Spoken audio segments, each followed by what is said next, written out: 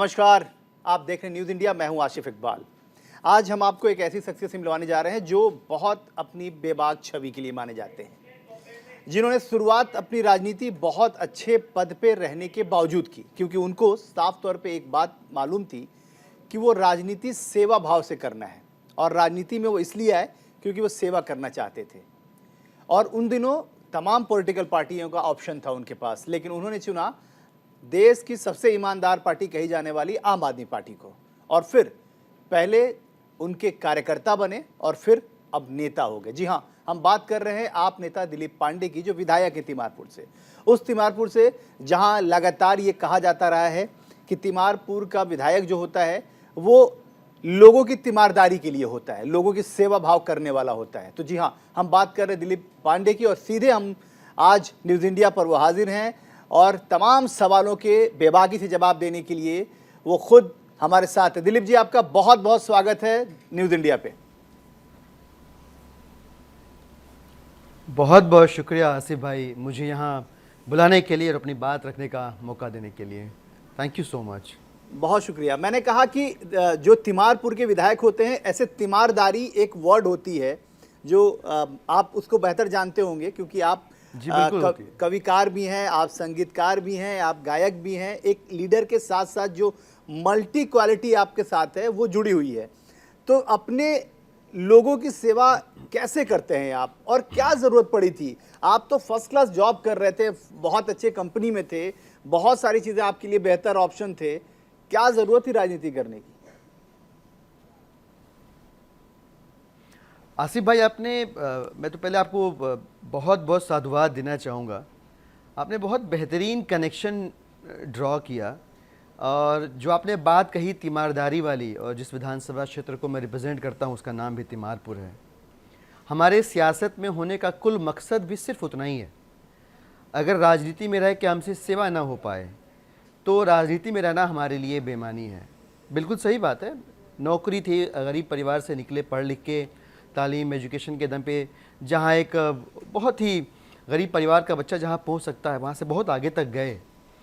लेकिन वो सिर्फ अपनी और अपने परिवार की सेवा हो पा रही थी। मन में कहीं ना कहीं एक टीज़ थी कि हम सिर्फ अपने लिए जी पा रहे हैं, और जो एक लार्जर पब्लिक इंटरेस्ट में सर्व करने का जो मन में भाव था वो सेटिस्फाई नहीं हो रहा था।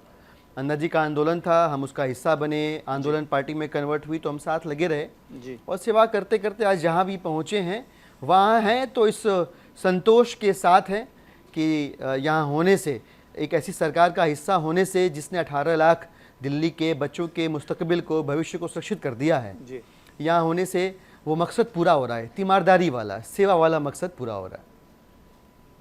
बिल्कुल आप सही कह रहे हैं, लेकिन अब कितने चैलेंजेस होते हैं, क्योंकि देखिए सबसे बड़ी चीज़ क्या है, आप सभी लोग कहते हैं, जो खास तौर पे ये बात आप जानते हैं, मेरे से बेहतर आप जानते होंगे, कि जो लोग भी राजनीति में आते हैं वो कहते हैं कि हम बहुत सेवा भाव करने के लिए आए हैं, लेकिन जिस तरीके से चैलेंजेस का सामना करना पड़ता है, आरोप का सामना करना पड़ता है। अभी इस वक्त आप पॉलिटिकल लीडर हैं, तो मैं आपसे कहूँगा कि बहुत सारे आरोप झेलने पड़ेंगे, बड़े सारे सवालों के जत्थे मेरे पास भी हैं। तो ये तैयारी कैसे करनी पड़ती है?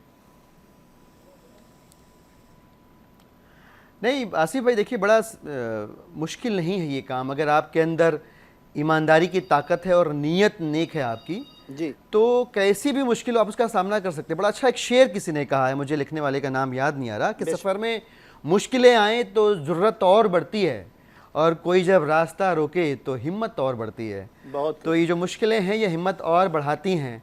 जहाँ अमूमन टूट जाया करते हैं लोग, वहाँ हम और दृढ़ता पता नहीं कहाँ से ले आते हैं, और वो पता नहीं कहाँ से क्या है, वो अंदर की ईमानदारी है, सच्चाई है, नेक नियति है कि तोड़ने की तमाम कोशिशों के बावजूद, खाक में मिला देने की तमाम कोशिशों के बावजूद हम जिंदा हैं, और हम जिस प्रण को लेकर आए थे, हम भगत सिंह के चेले, उस प्रण पे हम कायम हैं। जनता की सेवा अनवरत जारी है। जिनकी रहनुमाई में आप काम कर रहे हैं उनके बारे में, अरविंद केजरीवाल के बारे में कहते हैं लोग कि अगर हौसला बुलंद हो तो मंजिल करीब होती है। उस बुलंद हौसले के साथ अरविंद केजरीवाल ने एक टूटी फूटी कह लें, या ये कह लें कि चारों अलग अलग दिशाओं के लोग थे, उनको एक साथ इकट्ठा करना, फिर एक पॉलिटिकल पार्टी बनाना, फिर उस पॉलिटिकल पार्टी को एक आंदोलन के तौर पे ले जाना, कितना बड़ा, मतलब उसका पार्ट होना अपने आप में कितनी बड़ी बात मानते हैं आप?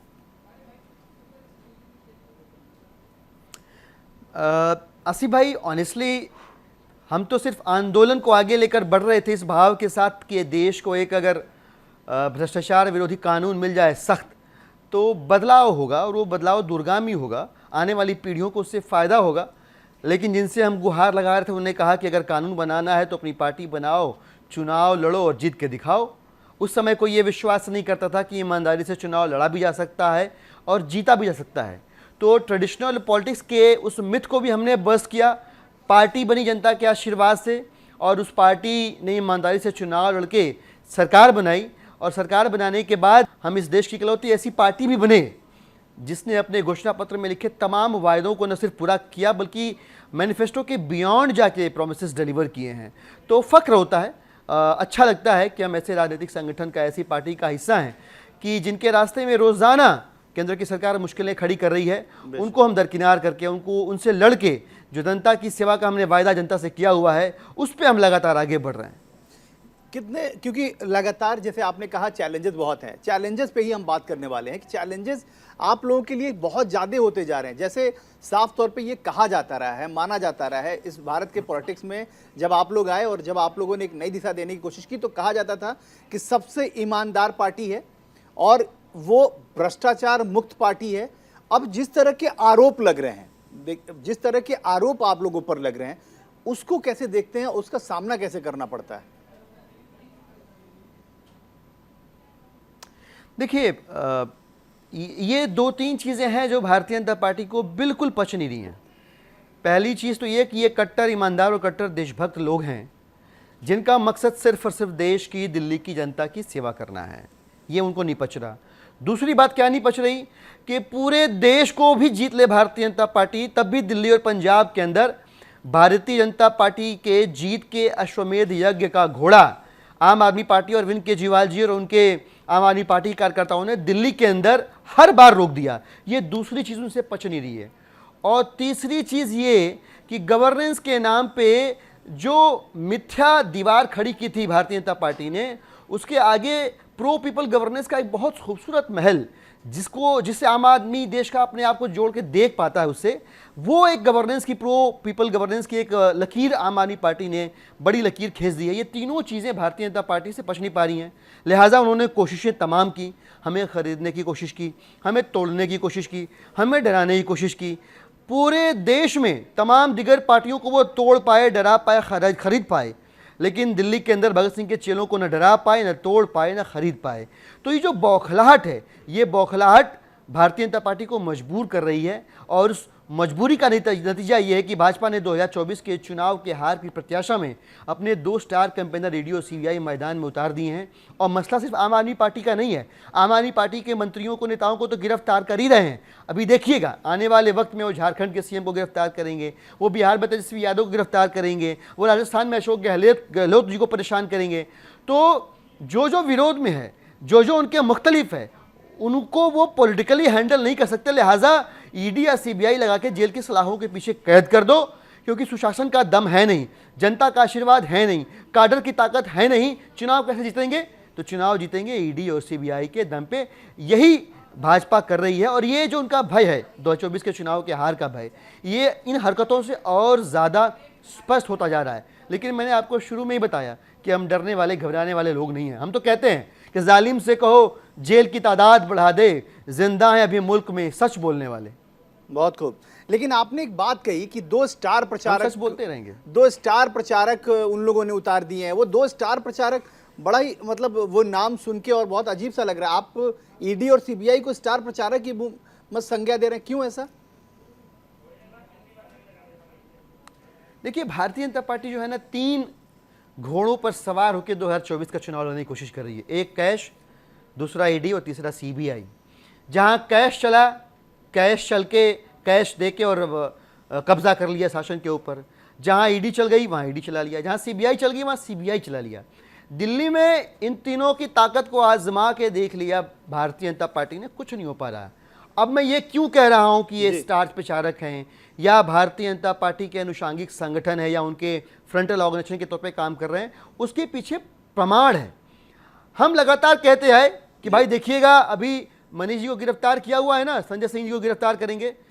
बिना नोटिस के ईडी आती है, 10 घंटा रेड मारती है, कोई आधार नहीं है गिरफ्तारी का, फिर भी गिरफ्तार कर लिया जाता है।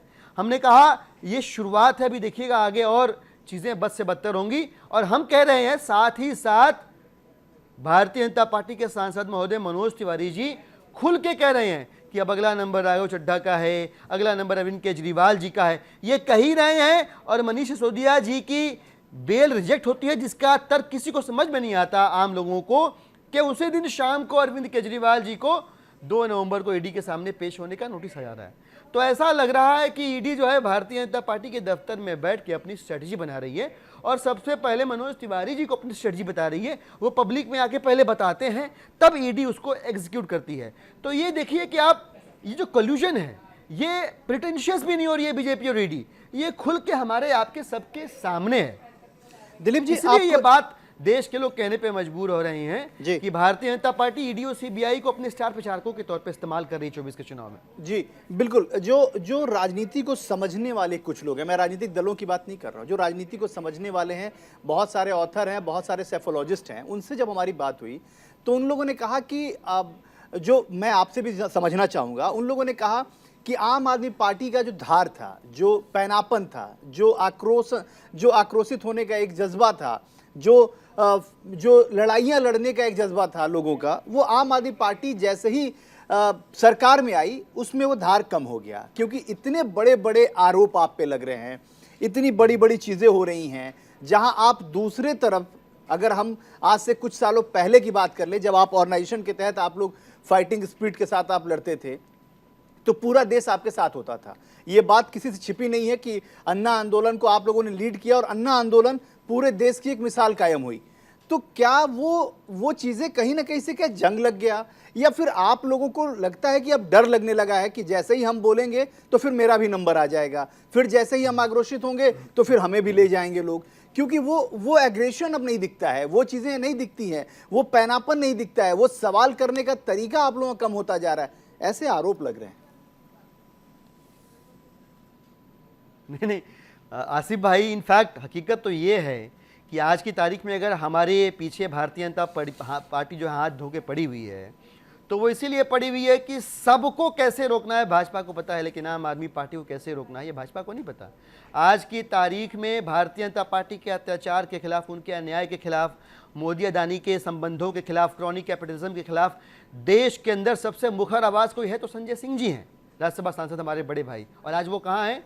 भाजपा के अहंकार की वजह से आधारविहीन गिरफ्तारी की गई है, ईडी ने गिरफ्तार करके जेल की सलाखों के पीछे भेज दिया है। फिर भी हमने बोलना छोड़ दिया क्या?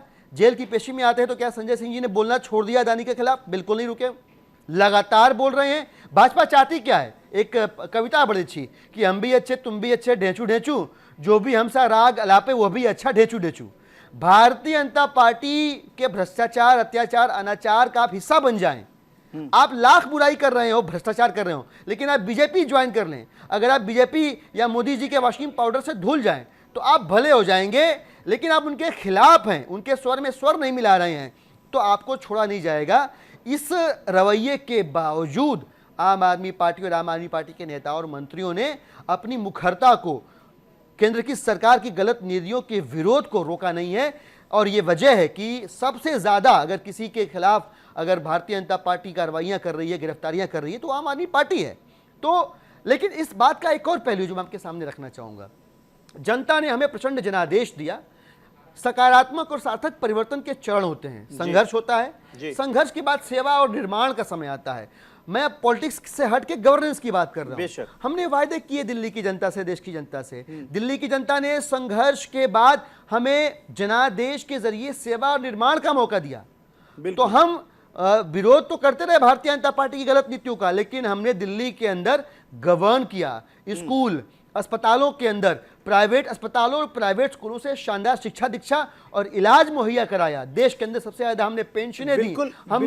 हमने दिल्ली के अंदर प्राइवेट स्कूलों के भी फीस नहीं बढ़ने दी, हमने बिजली के दाम नहीं बढ़ने दिए, हमने पानी मुफ्त किया, हमने बुजुर्गों को तीर्थयात्रा, ये तमाम काम सेवा और निर्माण किए जनता के आदेश के जरिए ही हम कर पा रहे हैं। तो वो भी एक हमारी राजनीति का बहुत बड़ा हिस्सा है जिससे भाजपा घबराई, और इतना घबराई कि हमको रोकने के लिए, तोड़ने के लिए, खत्म करने के लिए ईडी सीबीआई को हमारे पीछे आपने बेहतर काम नहीं किया, आपने चीजें अच्छा नहीं किया, ये तो सब कुछ है। ये तो देखिए पूरे देश में एक सबूत के तौर पे ये कह लें कि एक प्रूफ के तौर पे तैयारी होती है कि आम आदमी पार्टी ने काम किया। उसका प्रूफ है कि दिल्ली के साथ साथ पंजाब में भी लोगों ने भरोसा जताया। आप इकलौती ऐसी रीजनल पार्टी थे जिसको 2 राज्यों में सरकार बनी और उसके बाद आप नेशनल पार्टी हुए, तो इसमें कहीं दो मत नहीं है। लेकिन सवाल ये उठता है कि इन 2 राज्यों के विजय के रथ को रोकने की कोशिश तमाम, जैसे आप कह रहे हैं कि आपके विजय रथ को रोकने की कोशिश है, लेकिन आप फिर रुक क्यों गए? आप लोग शांत क्यों हो गए? आप चुप क्यों? क्योंकि देखिए अब तो सवाल ये हो गया दिलीप जी कि अब तो अरविंद जी पर भी अब आपने भी कहा और ये तमाम चीजें तय हैं कि 2 तारीख को उनको बुलाया गया। अब वो नहीं गया बात अलग है, लेकिन फिर से उनको बुलावा भेजा जाएगा, फिर से उनको बुलाया जाएगा। और जिस तरीके से सौरभ भारद्वाज जी का बयान था कि वो संशय की स्थिति थी कि कहीं क्या ये इन लोगों ने प्लानिंग तो नहीं कर रखी है कि बुलाएंगे और तुरंत अरेस्ट करेंगे। तो अब इस स्थिति के बाद बचता क्या है?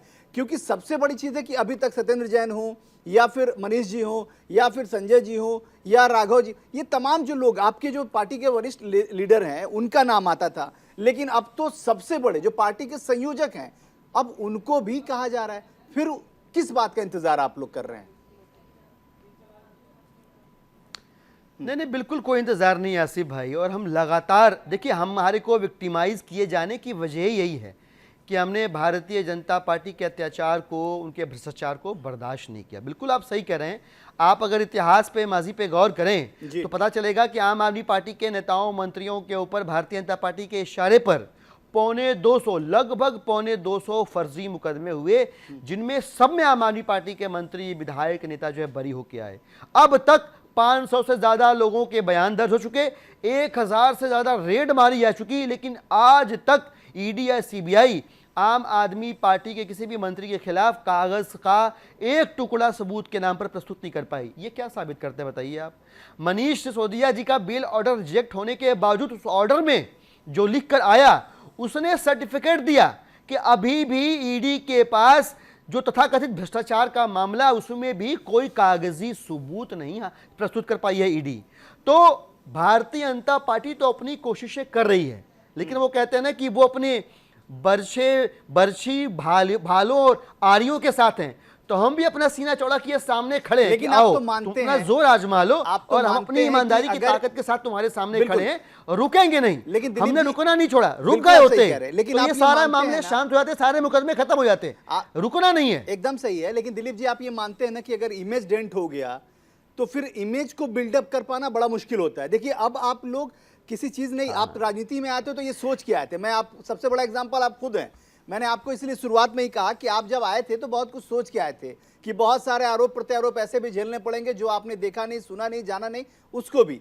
तो अब तो आपको ये मानना पड़ेगा ना कि आपके इमेज डेंट हो रहे हैं, क्योंकि आप सोचिए अब ये वर्ड चलता है कि सबसे ईमानदार पार्टी और सबसे बड़ी भ्रष्टाचारी साबित हो रही है। सबसे ईमानदार पार्टी पे ईमानदारी पे सवाल खड़े हो रहे हैं। ऐसी चीजों को कैसे देख रहे हैं आप? देखिए आसिफ भाई, ये जो आपने एक बड़ी ज़रूरी और ख़ास बात कही है, भारतीय जनता पार्टी की कुल कोशिश क्या है, भाजपा क्या करना चाह रही है। ये जो आम आदमी पार्टी के गवर्नेंस की वजह से, हमारे किस्म की राजनीति की वजह से जो आम आदमी पार्टी का एक पॉजिटिव परसेप्शन पूरे देश में क्रिएट हुआ, और हर राज्य इसमें लोग चाहते हैं कि यहाँ भी बदलाव की वो बयार बहे। भाजपा इससे बौखलाई, घबराई, लिहाजा वो ये स्थापित करना चाहती है, वो ये साबित करना चाहती है कि नहीं, ये लोग जो कहते हैं ना कि हम कट्टर ईमानदार है, कट्टर देशभक्त हैं और हम जनता की सेवा करने के लिए राजनीति में आए, ये वैसे दरअसल है नहीं। ये भी हम भारतीय जनता पार्टी वालों की तरह ही भ्रष्ट हैं, बेईमान हैं, गलत हैं। इनको अलग चश्मे से न देखा जाए। भाजपा की कुल कवायद, कुल कोशिश यही है जो उन तमाम वो तमाम कोशिशें बार बार लगातार फेल हो रही हैं। भाजपा ये स्थापित कर पाने में असफल हो रही है। ऐसा अगर नहीं होता तो मनीष सिसोदिया जी की बेल की सुनवाई के दौरान सुप्रीम कोर्ट के माननीय जज साहब संजीव खन्ना जी ने यह नहीं कहा होता कि सबूत कहां है, तुम अभी तक सबूत लेकर नहीं आ पाए हो, the case that you are presenting will fall flat in 2 minutes. ये कहना इस बात का प्रमाण है कि भारतीय जनता पार्टी के इशारे पर ईडी काम तो कर रही है, गिरफ्तारियों तो कर रही है, लेकिन सबूतों के न होने की स्थिति में सबूत कितना बनाएगी, कहां से बनाएगी, कैसे साक्ष्य देगी। तो भाजपा ने एक तरह से जो सिल्वर लाइनिंग इन तमाम मसलों मामलों में है वो ये है कि भाजपा ने और ईडी ने और सीबीआई ने आम आदमी पार्टी की ईमानदारी का एक बार फिर से देश के सामने सर्टिफिकेट प्रेजेंट कर दिया है कि देखो जी गिरफ्तार तो कर लिया, लेकिन अभी भी हम कुछ कॉन्क्रीट ले नहीं पाए हैं। बिल्कुल। मैं पूछता हूं, जनता में जाता हूं, पूछता हूं लोगों से कि बताओ भाई क्या सबूत दिया ईडी ने, क्या मामला है, कोई नहीं बता पाता, भाजपा के समर्थक भी नहीं बता पाते। बिल्कुल। और अभी कल परसों कोई एक सर्वे हुआ था, कोई न्यूज चैनल कर रहा था, उसमें 1 लाख लोगों ने सर्वे में वोट किया और 90+% लोग कह रहे हैं कि ये जो कार्रवाई की जा रही है बदले की भावना से ग्रसित होकर की जा रही है। तो भाजपा भी अब एक्सपोज्ड है, नेकेड है, अपने भय के साथ, अपने डर के साथ। एक सवाल जरूर जानना चाहूंगा, क्योंकि आपसे बेहतर सवाल का जवाब नहीं देगा कोई। थोड़ी तकलीफदेह सवाल होगी, लेकिन मैं चाहूंगा कि आप जरूर जवाब दें। अन्ना हजारे, जिनके बारे में हमने शुरुआत किया कि अन्ना हजारे जी के आंदोलन को और किस तरीके से आप लोगों ने, आज अन्ना हजारे ही आप लोगों पर सवाल कर रहे हैं, वो सवाल खड़े कर रहे हैं, वो कह रहे हैं कि देखिए जो बात हुई नहीं थी वो बात कर रहे हैं आप लोग, और जिस तरह के आरोप लग रहे हैं उन्होंने कहा कि नहीं ये आरोप सही है। देखिए आसिफ भाई, अब जिस शख्स का आपने नाम लिया है वो हमारे आदरणीय हैं, मैं उन पर कोई विशेष टिप्पणी तो नहीं करूंगा, लेकिन कई बार ऐसा होता है कि मन में बड़ी पीड़ा होती है, बहुत दुख होता है जी। कि भारतीय जनता पार्टी का भ्रष्टाचार, भारतीय जनता पार्टी के आशीर्वाद से हजारों करोड़ रुपए का घोटाला करके भाजपा के जितने भी मित्र हैं वो विदेश निकल जाते हैं, तब कहीं से कोई आवाज़ नहीं आती। भारतीय जनता पार्टी का जो क्रोनिक कैपिटलिज्म है, जिसको देश के दुनिया के लोग देख लेते हैं, समझ लेते हैं, हिंडनबर्ग की रिपोर्ट आ जाती है, तब भी कहीं कुछ नहीं होता। गुजरात के अंदर जहरीली शराब पीने से लोग लगातार मरते रहते हैं, तब भी कोई आवाज़ नहीं आती। लेकिन आम आदमी पार्टी पे जैसे झूठे आरोप लगते हैं आवाज़ आती है। इस बात से मन में बड़ी पीड़ा होती है, लेकिन मैं उस पीड़ा को सीने में दबा के आगे बढ़ना चाहूँगा। इस पर कोई और विशेष टिप्पणी किए नहीं, मैं समझ सकता हूँ, बिल्कुल समझ सकता हूँ, और मैं चाहूँगा भी नहीं कि जो चीज़ें नहीं कही जाए उसको हम कुरे दें, क्योंकि हम न्यूज़ इंडिया के लोग हैं। हम न्यूज़ इंडिया हमेशा इस बात पे बहुत फोकस करता है कि वो सरोकार की बात करता है, सच्चाई की बात करता है और सच की बात करता है। बिना वजह के किसी मसलों को बड़ा करना हमारा फ़र्ज़ नहीं है। आखिरी मैं चाहूँगा कि आप, क्योंकि हमने हर रूप आपका जाना है, एक रूप जो तमाम लोग जानना चाहते हैं वो है संगीतकार के तौर पे, गीतकार के तौर पे। आखिरी 2 लाइन गुनगुनाते हुए इस प्रोग्राम को हम वाइंड अप करना चाहेंगे, प्लीज। एक गीत है जो मुझे बहुत उम्मीद देता है, हौसला देता है, और मैं और आदरणीय संजय भैया उस गीत को अक्सर साथ में गाते हैं। मैं वो आपके सामने गुनगुनाता हूँ, सुनिएगा। और वो गीत अगर बाकी लोगों को, आपके दर्शकों को भी हौसला दे तो अच्छा लगेगा।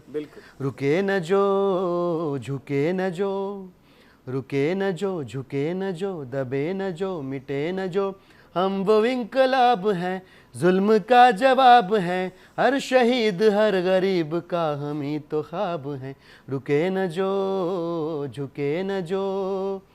थैंक यू, बहुत बहुत शुक्रिया, बहुत बहुत धन्यवाद दिलीप जी आपका कि आपने इतना कीमती वक्त निकाला। हमारे साथ दिलीप पांडे थे। बहुत सारी बेबाकी से हमने तमाम सवालों के जवाब लिए, और ख़ास तौर पे उन सवालों के जवाब भी लिए जो आम आदमी पार्टी में दूसरे लीडर उसके जवाब नहीं दे पाते, और ख़ास तौर पे जिस तरीके से अपने व्यक्तित्व को निखारने का काम करते रहे हैं, और अरविंद केजरीवाल के सबसे भरोसेमंद सिपहसालार के तौर पे जाने जाते हैं दिलीप पांडे। उन्होंने तमाम सवालों के बड़े ही बेबाकी से जवाब दिए हैं। आप देखते रहिए न्यूज़ इंडिया, क्योंकि यहाँ खबरों का सिलसिला रुकता नहीं है।